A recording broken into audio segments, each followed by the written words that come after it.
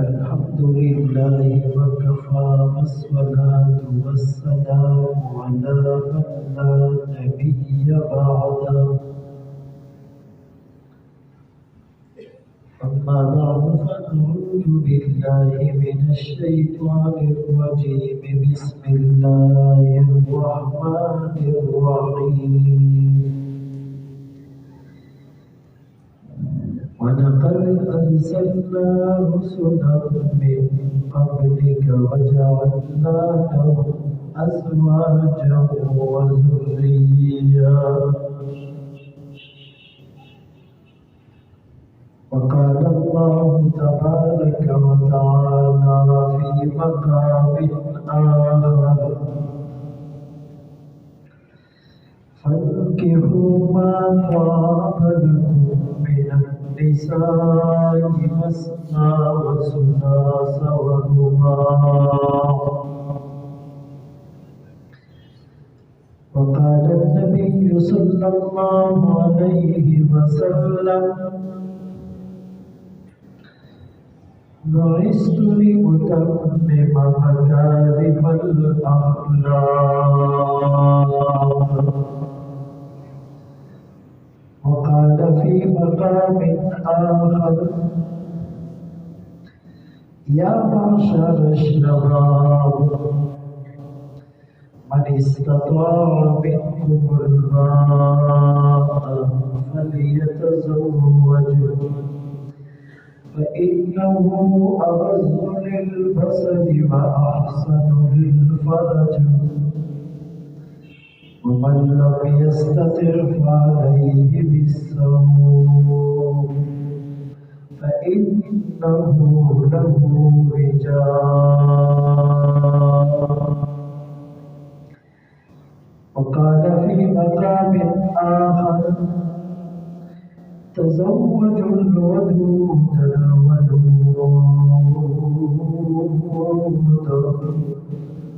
فإني مكاثر بكم الأمم صدق الله مولانا العظيم وصدق رسوله النبي الأمي الهاشمي المدني الكريم ونحن على ذلك لمن الشاهدين والشاكرين والحمد لله رب العالمين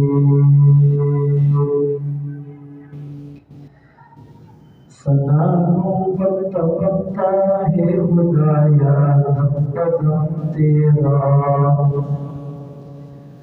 زمین و آسمان تیرے موجود و عدم تیرا جو دنیا میں تیرا کھا کر شکوے کرے یا رب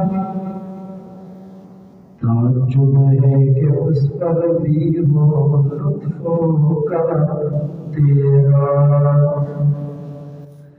جو تو میرا تو سب میرا فلک میرا زمین میری اور اگر تو نہیں میرا تو کوئی شے نہیں میری واجب الاحترام عزیزان گرامی آپ کے سامنے قرآن کریم فرقان مجید کی چند آیات تلاوت کی اور سرکار مولانا تاجدار مدینہ محمد مصطفیٰ احمد مجتبیٰ صلی اللہ علیہ وسلم کی حدیث مبارکہ پیش کی۔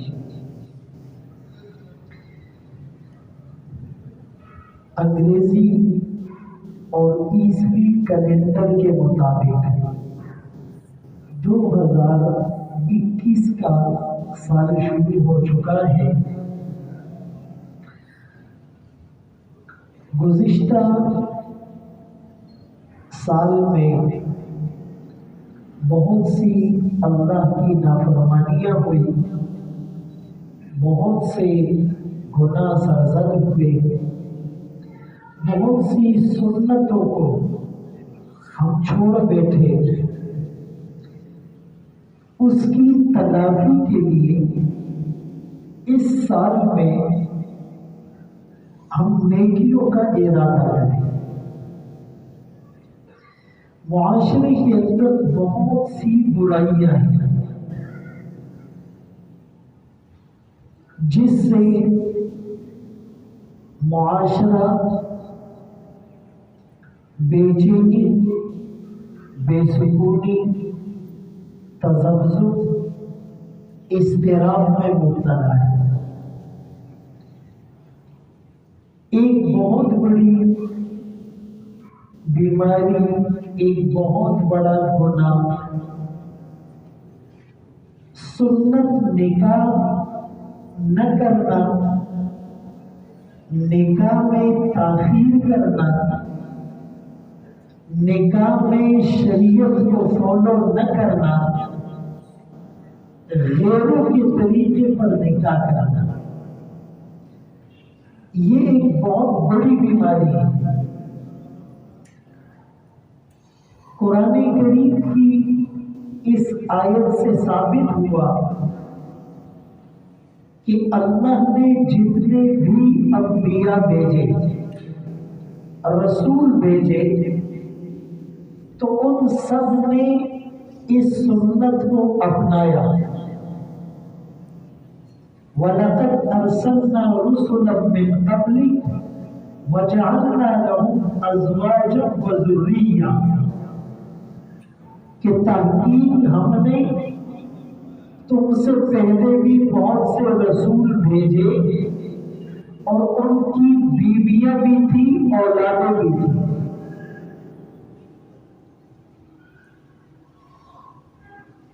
اس آیت سے یہ ثابت ہوا کہ یہ نکاح تمام انبیاء علیہ الصلاۃ والتسلیمات کی سنت ہے۔ ایک جگہ یوں بھی آیا کہ 4 چیزیں انبیاء کی سنت اور ان کا طریقہ ہے، اس میں سے ایک نکاح ہے۔ سنت کے مطابق نکاح، شریعت کے مطابق نکاح۔ رسول اللہ صلی اللہ علیہ وسلم نے فرمایا کہ جس نے شادی کر لی اس نے آدھا ایمان مکمل کر دیا، آدھا دین مکمل کر دیا۔ فَلْيَتَّقِ اللَّهَ فِي النِّصْفِ الْبَاقِي، وہ بقیہ آدھے دین میں اللہ سے ڈرے۔ ایک موقع پر آپ صلی اللہ علیہ وسلم صحابہ کی، جوانوں کی ایک جماعت کے پاس تشریف لائے اور آپ نے فرمایا، یا معاشر الشباب، اے نوجوانوں، من استطاع منکم الباء، جو تم میں سے شادی کی طاقت رکھتا ہے۔ شادی کی طاقت کا کیا مطلب؟ کہ اس کے پاس کروڑوں روپے ہو، اس کی 1 لاکھ سے زائد آمدن ہو، اس کی ڈیفنس میں کوئی کوٹھی ہو، اس کے پاس کوئی لگژری گاڑی ہو، اس کے پاس ولیمے، فرنیچر، ہال، زیورات، لباس کے لیے لاکھوں روپے ہو، نہیں۔ جو نکاح کی طاقت رکھے، وہ فزیکلی صحت مند اور فٹ ہو، عورت کے حقوق زوجیت کو ادا کرنے پر قادر ہو، ہاتھ پاؤں اس کے سلامت ہو، 2 وقت کی روٹی کما سکتا ہو، اپنی گھر والی کے لیے ایک صاحبان اور سر چھپانے کو ایک چھت فراہم کر سکتا ہو، ضرورت کے دو چار جوڑے اس کے پاس ہو، نان نافتا اور رہائش دینے پر طاقت رکھتا ہو، فَلْيَتَزَوَّجْ، تو اس کو چاہیے کہ وہ نکاح کرے، وہ شادی کرے، وہ شادی کے بندھن میں اپنے آپ کو باندھے۔ کیوں؟ فَإِنَّهُ أَغَضُّ لِلْبَصَرِ، یہ نظر کو جھکاتا ہے، وَأَحْسَنُ لِلْفَرْجِ، شرمگاہ کی حفاظت کرتا ہے۔ اب یہ نظر کو جھکانا ساری روحانی بیماریوں کی جڑ کٹ گئی، سارے خیالات اور انتشار کے دروازے بند ہو گئے، سارے وسوسے اور توہمات اور گندی چیزیں بلاک کر دی گئی۔ ایک نقطہ اغض للبصر کہ نظر جھک جائے، لب بند، چشم بند، گوش بند، گر نبینی سر اکبر ما بہن، ہونٹوں کو تالا لگ جائے، یہ غلط نہ بولے، یہ بے وقت نہ بولے، یہ بے ضرورت نہ بولے، یہ سخت نہ بولے، آنکھ بند ہو جائے، یہ غلط نہ دیکھے، بے وقت نہ دیکھے، بے ضرورت نہ دیکھے، اور کان بند ہو جائے، یہ غلط نہ سنے۔ فرمائی یہ تین دروازے تم بند کرو، اس کائنات کی حقیقت اگر تم پر آشکارا نہ ہوئی تو میرا مذاق اڑا۔ اور اگر یہ تین دروازے بند نہیں کیے، ساری دنیا کے پیروں سے آپ بہت ہو جائیں، ساری دنیا کے مرشدوں کی آپ جوتیاں سیدھی کرنے لگ جائیں، سارا دن اور ساری رات آپ مسجد مدرسے میں، خانقاہ اور تبلیغ میں لگائیں، سارا دن آپ دینی کتابوں کا مطالعہ کریں، ذکر میں لگ جائیں، فکر میں لگ جائیں، بیان کرنے لگے، بیان سننے لگے، لیکن اگر یہ تین دروازے بند نہیں ہوئے، ساری دنیا کے روحانی پیر مل کر آپ کو ولی نہیں بنا سکتے۔ یہ معمولی بات نہیں ہے۔ رسول اللہ صلی اللہ علیہ وسلم کی زبان مبارک سے نکلی ہوئی ہر بات میں، ہر لفظ میں حکمتوں کے سمندر پوشیدہ ہے۔ دریا مرکوزہ کہتے دریا کو کوزے میں بند کر دیا۔ رسول اللہ صلی اللہ علیہ وسلم کو جو خصوصیات دی گئی جو اور کسی نبی کو نہیں ملی، اس میں پہلی خصوصیت اعطیت جوامع الکلم، مجھے جوامع الکلم دیے گئے، مختصر پر اثر بات دی گئی، دو جملوں میں بہت سے راز سمیٹ دیے گئے، حکمتیں اور ساری اس کی جو بہترین جہاد تھی اس کو جمع کر دیا گیا۔ تو فرمایا جو نکاح کی شادی کی طاقت رکھتا ہے وہ شادی کرے، اس لیے کہ نکاح کرنا نظر کو جھکاتا ہے، اور نظر جھک گئی تو کام بن گیا۔ یہ شیطان کے تیروں میں سے ایک تیر ہے۔ من ترکہا مخافتی ابدلتہ ایمانا یجد حلاوتہ فی قلبی، جس نے اپنی نظر کو اللہ کے خوف سے جھکایا، اللہ کے خوف سے نیچے کیا، فرمایا بدلے میں ایسا ایمان دوں گا اس کی حلاوت یہ دل میں محسوس کرے گا۔ آج بدقسمتی یہ ہے مسجد آنے کو جی ہی نہیں چاہتا، آ جائے تو جب جانے کو جی ہی نہیں چاہتا، جب جائے تو خیالات سے چھٹکارا نہیں ملتا، کھڑے مسجد میں ہیں نماز کی حالت میں ہے لیکن دل کہیں اور ہے، ذہن میں کچھ اور چل رہا ہے۔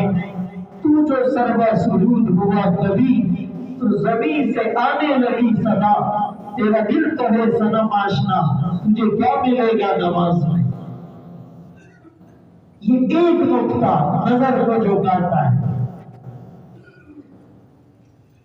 نماز کو دل نہیں ہوتا، مسجد آنے کی توفیق نہیں ملتی، مسجد میں دل بے قرار ہوتا ہے، تلاوت کی توفیق نہیں ملتی، تھوڑا سا پڑھتے ہیں چکر آتے ہیں، بے چینی ہوتی ہے، رات کو نیند نہیں آتی، دعا مانگنے کا ٹائم نہیں ملتا، ٹائم ملے تو دل نہیں کرتا، دل کرے تو کنسنٹریشن اور استحضار نہیں ہوتا، مانگ بھی لے تو دعا قبول نہیں ہوتی۔ ساری چیزوں کی بنیاد آپ دیکھیں، نظر قابو میں نہیں۔ اسی لیے فرمایا کہ شادی کرو یہ نظر کو جھکائے گا، وَأَحْسَنُ لِلْفَرَجِ، اور شرمگاہ کی حفاظت کرے گا۔ نظر جھکے گی تو شرمگاہ میں ہوگی۔ آج ان احادیث پر میں اور آپ نے اتنا غور نہیں کیا، اتنی ریسرچ نہیں کی، اتنا اس کو اسٹڈی نہیں کیا جتنا اغیار نے کیا ہے۔ اسی لیے IMF اور ورلڈ بینک اور یورپی یونین جب آپ سے کوئی معاہدہ کرتے ہیں تو اس میں کچھ ایسی چیزیں بھی شامل ہوتی ہیں کہ آپ اس کے بدلے میں اتنے سینما بناؤ گے، آپ اس کے بدلے میں مکس گیدرنگ اور کو ایجوکیشن سسٹم، مرد اور عورت کا مخلوط نظام تعلیم اپنے ملک میں رائج کرو گے، آپ اپنی ٹی وی میں یہ لڑکیوں کے بے حیائی والے ایڈ چلاؤ گے، آپ اس طرح کے لباس کو پروموٹ کرو گے۔ یہ باقاعدہ معاہدے ہوتے ہیں، ان کو پتہ ہے کہ یہ ایک نظر کی بیماری ان میں داخل کر دو، ان کا ایمان، ان کا تقویٰ، ان کی للہیت، یہ ساری چیزیں چلی جائیں گی۔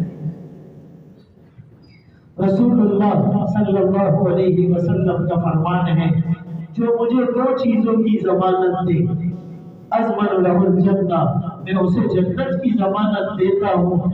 ایک جو دو جبڑوں کے بیچ ہے زبان، ایک جو دو رانوں کے بیچ ہے شرمگاہ۔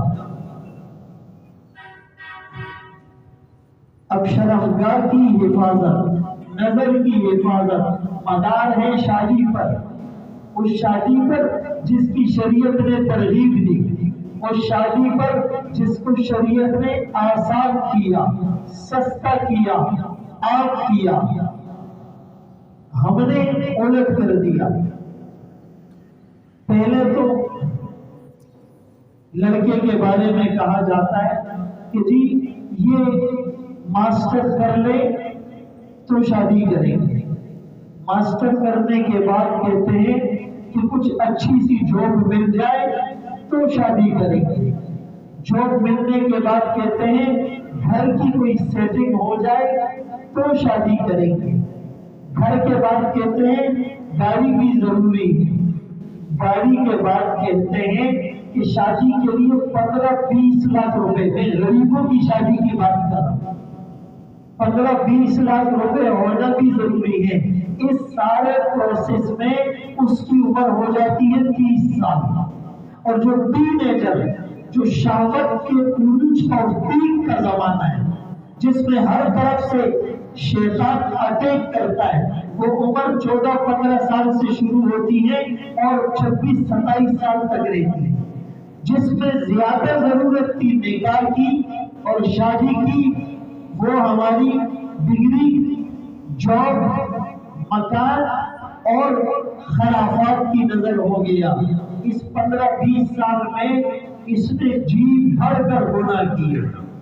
دوسری طرف لڑکیوں کا بھی یہ حال ہے، بیٹی کا رشتہ آ جاتا ہے، ابھی تو یہ بچی ہے تو شرمن و شرمے گی، یہ ساری چیزیں نظر آ رہی ہیں، یہ سب ہم اپنی آنکھوں سے دیکھ رہے کیا ہو رہا ہے، معاشرہ کدھر جا رہا ہے، پھر بھی آنکھوں پر پٹی ہے، دل پر پردہ ہے اور دماغ پر تالا ہے، اس لیے کہتا ہے ابھی تو یہ بچی ہے۔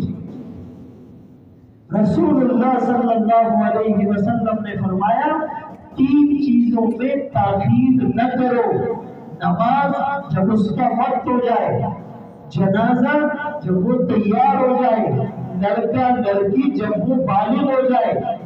فقہ کے مطابق لڑکا بالغ ہوتا ہے 14-15 سال میں، لڑکی بالغ ہوتی ہے 13 سال میں، اور موسموں کی وجہ سے بعض جگہ بچے جلدی بالغ ہوتے ہیں، اور آج بیویاں کا زمانہ ہے، فحاشی اور اوریانیت کا زمانہ ہے، اب زیادہ جلدی بالغ ہوتے ہیں۔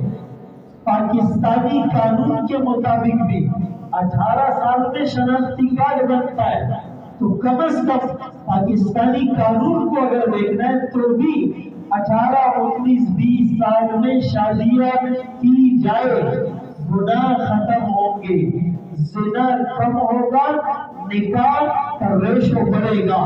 آج نکاح کا ریشو کم ہے اور زنا کا ریشو زیادہ ہے۔ کیوں؟ ہم نے مشکل جو بنا دیا۔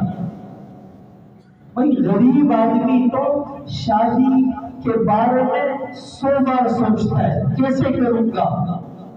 جب رشتہ آتا ہے پہلے تو کہتے بچی کی عمر ہی کیا ہے، پھر جب عمر بھی ہو جاتی ہے تو کہتا ہے لڑکے کا گھر اپنا یا پرایا ہے۔ پھر دوسرا سوال، گھر اپنا ہے تو گاڑی ہے یا نہیں، گاڑی ہے تو لڑکے نے MBA کیا ہوا ہے یا نہیں، MBA کیا تو جاب اس کی پرماننٹ ہے یا نہیں، جو پرماننٹ ہے تو اس کی آمدن اور کمائی کتنی ہے، کمائی اتنی ہے تو پھر اس کا گیٹ اپ کتنا ہے، اس کی داڑھی تو نہیں ہے۔ یعنی پوری کوشش آج کے ماں باپ کی یہ ہے کہ میری لڑکی کی شادی نہ ہو، پورا انتظام ہی کرے، اس کی پوری کوشش یہ ہے کہ شادی چدارا تجل کا ناس ہے۔ میں غلط تو نہیں کہہ رہا، اس کا کیا مطلب ہے؟ اتنی جو آپ نے کرائیٹیریا بنایا ہوا ہے اس کو کون فلفل کرے گا؟ اور پھر کہتے ہیں پتہ گناہ کے اللہ رانی سلیمان، پتہ نہیں ان سے کون سی غلطی ہو گئی، یہی غلطی ہو گئی، یہی غلطی کر رہے ہو، بار بار دوہرا رہے ہو۔ اسی لیے حدیث پاک میں، قرآن پاک میں اس شادی اور نکاح کو اتنا فوکس کیا گیا، تو فرمایا کہ یہ نکاح کرو، نظر کو جھکاتا ہے، شرمگاہ کی حفاظت کرتا ہے، اور فرمایا جس نے شادی کر لی اس نے آدھا ایمان حاصل کر لیا، فَلْيَتَّقِ اللَّهَ فِي النِّصْفِ الْبَاقِي، بقیہ آدھے ایمان میں وہ اللہ سے ڈرے۔ میں اکثر یہ مثال دیتا ہوں کہ ہم نے شادی کو مشکل بنا دیا، مہنگا بنا دیا، اور اس کے دروازے بند کر دیے، اور زنا آسان بنا دیا۔ 10 منٹ کی خدمت چاہیے اور تنہائی چاہیے اور زنا ہو جائے گا، اور شادی کرنی ہے تو کیا ہوگا؟ یہ چیزیں ہوگی، یہ چیزیں ہوگی۔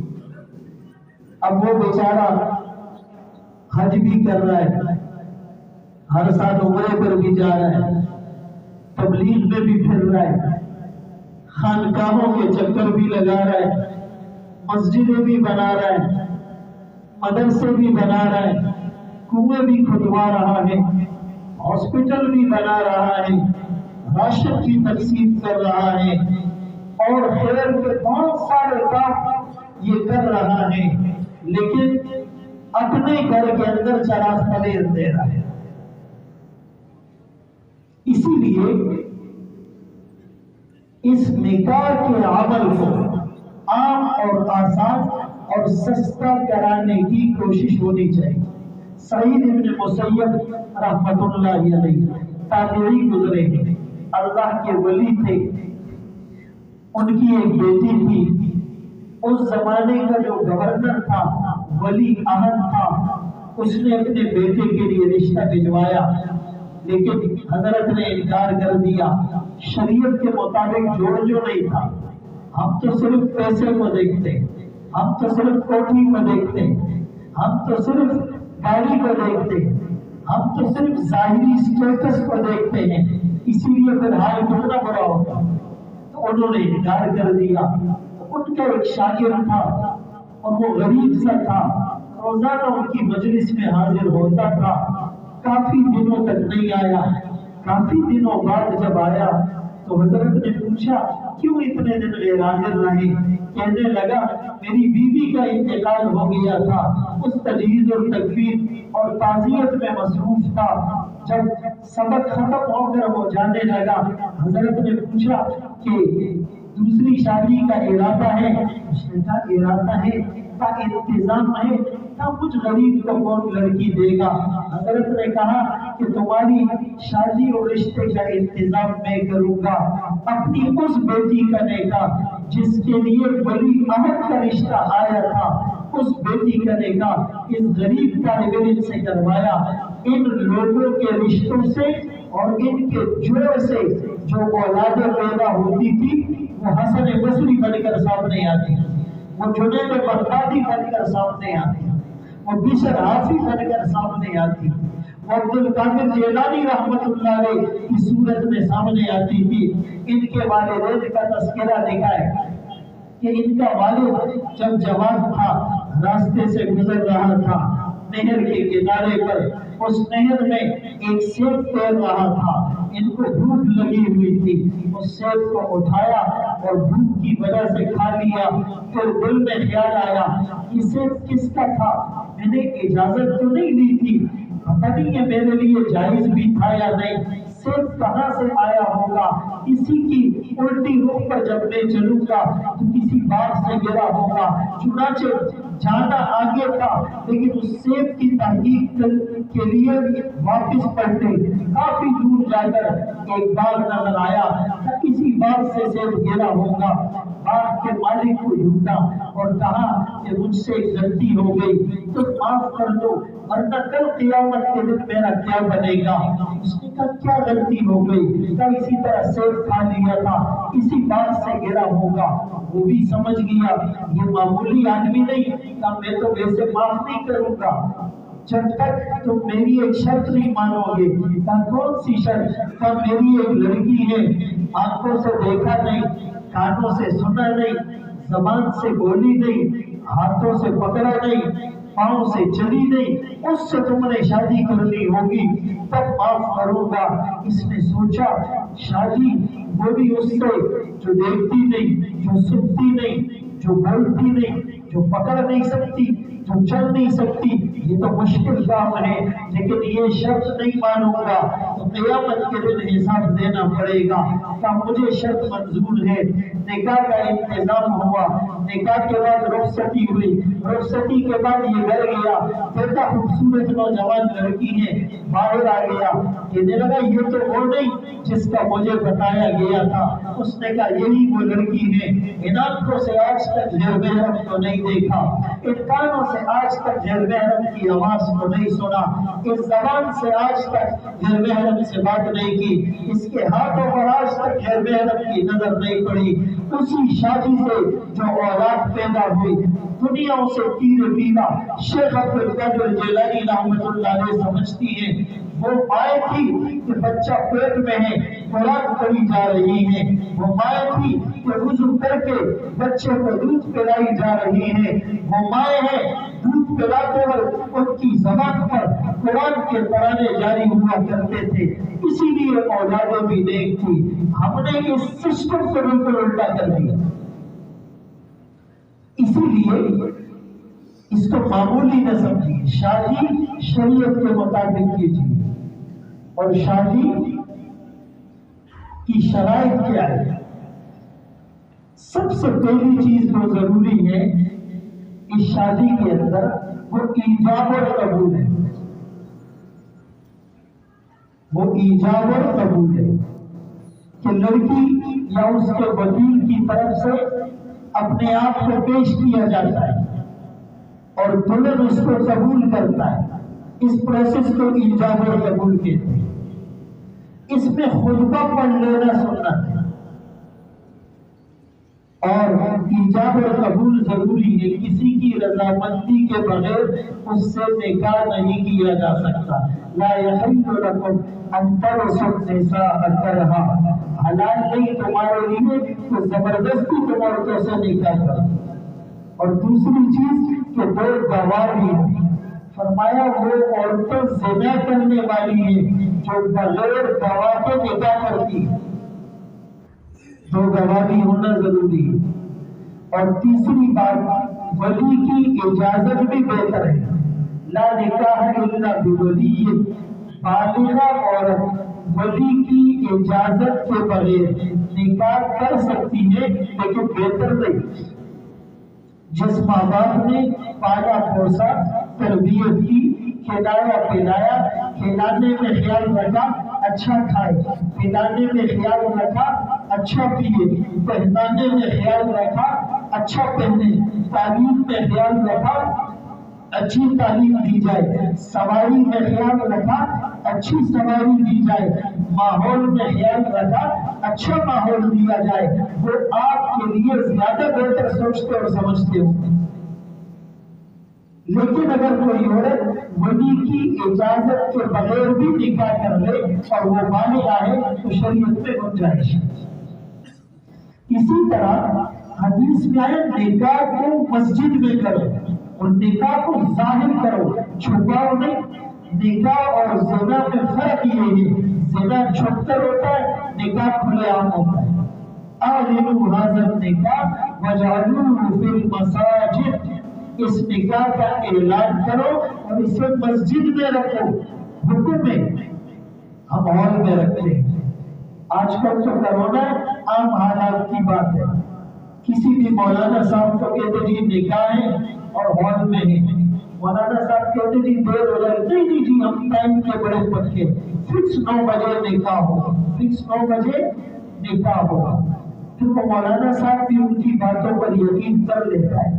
سب سے زیادہ جس کو دھوکہ دیا جاتا ہے نا وہ اس زمانے کے امام ہیں، جس کو کتے بھی دھوکے دیتے ہیں، ہر آدمی اپنا کام نکالتا ہے۔ تو وہ بیچارہ 8 بجے اس کو لے کے جاتے ہیں، 9 بجے وہ پہنچتا ہے، ہال خالی ہوتا ہے، وہ سمجھتا ہے شاید جنات کا نکاح، نظر نہیں آتا۔ پھر 10-11 بج جاتے ہیں، ادھر لڑکی بیوٹی پارلر میں ہے، پھر پالک زاد شربت، ادھر لڑکا اس سے بڑے بیوٹی پارلر میں جاتا ہے، لڑکی 20,000 روپے دیتی ہے اور لڑکا 40 دیتا ہے، اور جدا سے دور سے فرق بیٹھی دیکھی ہے۔ لڑکا کہتا ہے بیوٹیشن کو مجھے ایسا بناؤ کہ پورے اور مجھ میں فرق نظر نہیں آئے، تو لڑکا کون سا اور لڑکی کون سی، کتنے پالش اور فتری پاؤڈر لگا کے آتا ہے، اور پھر اس کے ساتھ دوست ہوتے ہیں، پھر ٹول والے آگے ہوتے ہیں۔ کسی کو برا لگتا ہے تو وہ معاف کر دے لیکن میری مجبوری ہے، ٹول والے آگے ہوتے ہیں، ادھر عالم صاحب بیٹھے ہوئے لیکن ٹول والے آگے ہیں۔ یہ کیا بتانا چاہتے ہیں کہ میں کس کیٹیگری کا آدمی؟ پھر وہ اور میں آ کر 10 فیوز لگے رہتا ہے، کسی کو بولو اللہ کا ذات دیوانی شرم، بس یار یہ عورتیں بات نہیں مانتی، عورتیں بات نہیں مانتی، یعنی اتنا مبارک عمل ہو رہا ہے، سنت عمل ہو رہا ہے، اور اس سے پہلے بھی جو ہے نا آپ اللہ کو ناراض کرتے ہو، اللہ کے رسول کو ناراض کرتے ہو۔ کل ایک پروگرام میں مجھ سے سوال ہوا کہ جی لوگ جشن منائیں تو آپ مولویوں کا اعتراض ہے، لوگ اگر 3 دن سے زیادہ سوچ کریں تو آپ مولویوں کا اعتراض ہے۔ میں نے کہا ہم مولویوں کو اعتراض نہیں، اللہ اور اس کے رسول کو اعتراض ہے۔ خوشی ہو کہ ہم شریعت میں باؤنڈریز ہے، لمیٹیشن ہے، ایک جوریسڈکشن ہے، ایک دائرہ ہے، ایک ضابطہ ہے، حدود ہے، کچھ سگنلز ہیں جس کی خلاف ورزی کی شریعت اجازت نہیں دیتا۔ تلک حدود اللہ فلا تعتدوها، یہ اللہ کی حدیں ہیں، اسے کراس نہ کرو۔ یہ مولویوں کا حلیہ نہیں، یہ رسول اللہ کا حلیہ ہے۔ انہوں نے تو جسٹ کاپی کیا ہے، انہوں نے تو نقل اتاری ہے، اور خدا کی قسم اس نقل پر اللہ ان سے راضی ہوگا۔ میں نے کہا مولویوں کو اعتراض نہیں، اللہ اور اس کے رسول کو اعتراض ہے۔ ظفر آدمی اسے نہ جانیے گا، خواہ کتنا حصہ ہے بے فہم و ذکا، جسے عشق میں یاد خدا نہ رہی، جسے پیش میں خوف خدا نہ رہا۔ شادی ہے لیکن اس شادی میں اللہ کو ناراض نہیں کرنا، غم ہے لیکن اس غم میں اللہ سے شکوہ اور شکایت نہیں کرنی۔ تو میں عرض کر رہا تھا کہ اس کو مسجد میں رکھو، ہال میں نکاح کتنی نحوست ہوتی ہے آپ سب کو پتا ہے، یعنی نکاح سنت ہے، اس سے پہلے بھی شیطان کو خوش کیا، اور نکاح کے بعد جیسے نکاح ختم ہوا گیٹ بھی شروع، اس کو ایسے وہ دیکھ والا بھی جو ہے نا تو مجبور ہی لگے آپ کا نفس وہ بھی ایسے دیکھ رہا ہوتا ہے، جیسے مولانا صاحب ختم کرتے تجویز شروع کر دیتا ہے۔ ایسا نہیں ہے کہ مستر میں ہوئے جسے مستر میں ہوئے، خدا کا خوف کرو، کچھ تو اس رسول اللہ صلی اللہ علیہ وسلم کی نسبت کی لاز رکھو، کچھ تو اس کی قربانیوں کا خیال رکھو۔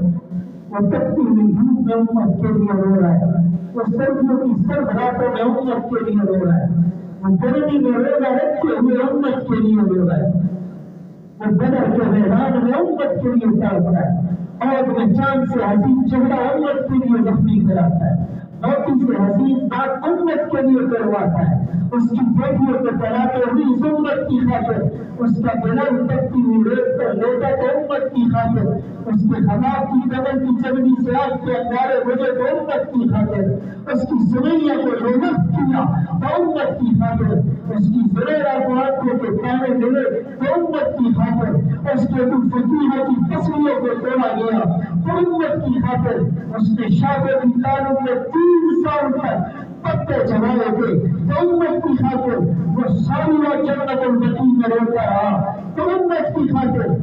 آج ہم نے اس سنت نام سنت اس سے پہلے بھی اس نبی کو ناراض کرنا ہے، اس کے بعد بھی اس نبی کو ناراض کرنا ہے۔ ارے دونوں جہانوں کے محبوب رب العالمین کو ناراض کر کے اس کی سنتوں کو جھڑے میں نکال کر شریعت کی دجیاں بکھیر کر اگر آپ کے گھر میں سکون آ سکتا ہے کہ خیال کو مال کو جنون یہ نہیں ہو سکتا، یہ کوئی جذباتی باتیں نہیں، یہ روح افیکٹ آپ کو بتا رہا۔